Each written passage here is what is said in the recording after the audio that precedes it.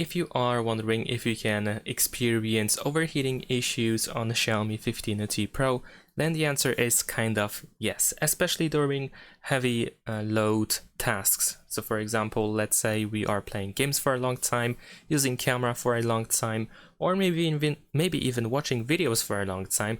All of these things can be quite heavy for the phone itself, and due to the increased usage of CPU and GPU, the phone can feel quite hot.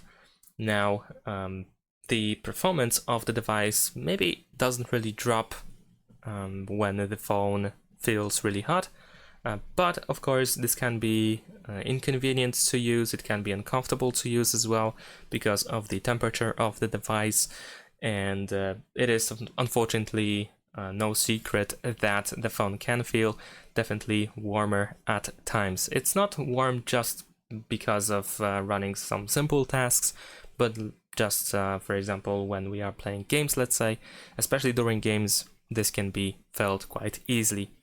So that is pretty much it. Thanks for watching, leave a like and subscribe.